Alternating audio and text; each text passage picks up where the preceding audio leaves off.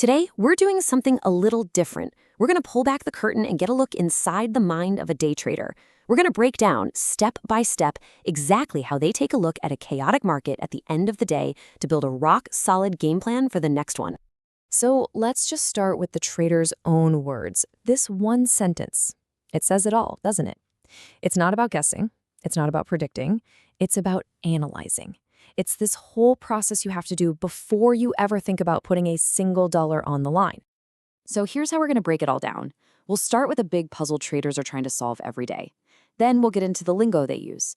After that, we'll walk through the actual analysis, see how that builds into a plan, and then finally, we'll talk about the big idea behind it all. First up, the trader's daily puzzle. Let's really dig into the challenge a trader is up against every single day. I mean, think about it. You look at a financial chart, and what do you see? It's just a bunch of squiggly lines that can look completely random, just pure chaos.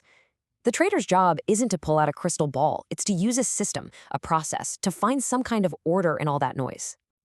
So to make any sense of that chaos, you gotta speak the language first. So let's quickly run through the key terms this trader is using to build out their entire plan. First off, what are they even trading? It's called ES Futures. You don't need to know all the details, just that this is one of the most popular markets in the world for day traders. Basically, it's a way to trade the direction of the top 500 US companies all at once. Next up, when are they trading? They're getting ready for the Globex session. You can think of this as the after-hours market. It's electronic, it's global, and it kicks off right after the New York Stock Exchange closes. Their whole analysis is about being ready for the opening bell of this session. And this is a really big one. How are they analyzing the market? It's all through something called technical analysis. What that means is they're basing their decisions completely on what the price has done in the past. The patterns, the levels, the momentum, you can see right on the chart. They're not reading news headlines or company reports.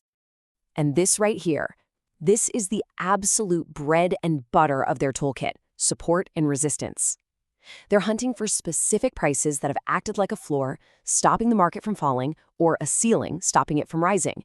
These invisible lines are the building blocks for their entire plan. Okay, so we've got the vocabulary. Now let's get into the good stuff, the analysis itself. We're going to see how the trader reads the last day's action like it's a story, just to figure out where the market is right now. The very first thing he does is zoom out. He's looking for context. And he spots a massive 250-point run-up that happened recently. That tells him there's a ton of energy in this market right now. It's volatile, which means big moves are on the table, and he's got to be ready for them. Then he zooms right in and breaks the day down almost like chapters in a book. The morning, a floor was put in. Midday, it was a battle between two price zones. Late afternoon, price tried to break the highs but couldn't. And then it just settled into a tight little area to close out the day. See? He's not just looking at a chart, he's reading the story of buyers fighting sellers. Now this is really cool. He spotted a key principle playing out during the day. He saw a price level that used to be a ceiling. Price couldn't get through it. But then it finally broke through.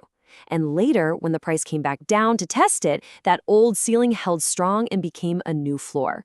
This flip, as it's called, is a classic pattern that gives him a ton of confidence in that specific price.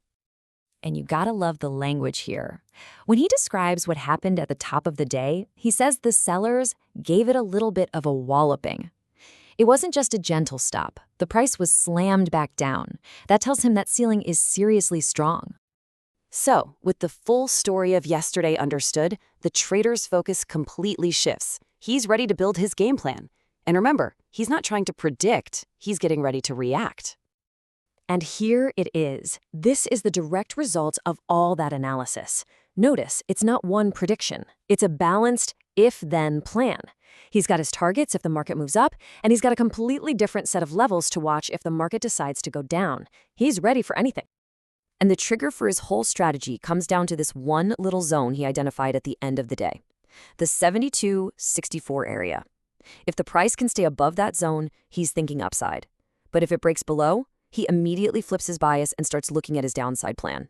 This is the linchpin.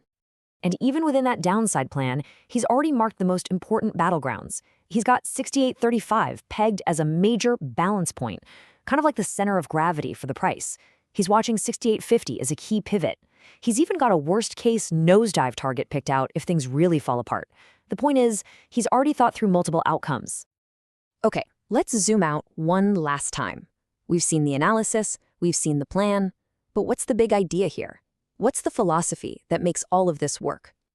And honestly, this is the most important takeaway of all. A real trader's plan is not a prediction. It's a strategy. See, professionals know they can't see the future. So instead, they focus on the one thing they can control, how they're going to react. This plan lets them act decisively, without emotion, no matter what the market throws at them. And this just sums up the entire method perfectly. First, analyze the past. He read the story of the day. Second, identify key levels, those floors and ceilings. Third, build scenarios. He made a plan for up and down. And the result? He's prepared. He can act. He doesn't have to guess. It's a system for navigating total uncertainty. Which leaves us with this final thought, right? After watching this whole process, it seems like the real secret to trading isn't about having a crystal ball. It might be about letting go of that need to be right all the time, and instead just focusing on being prepared for whatever comes next.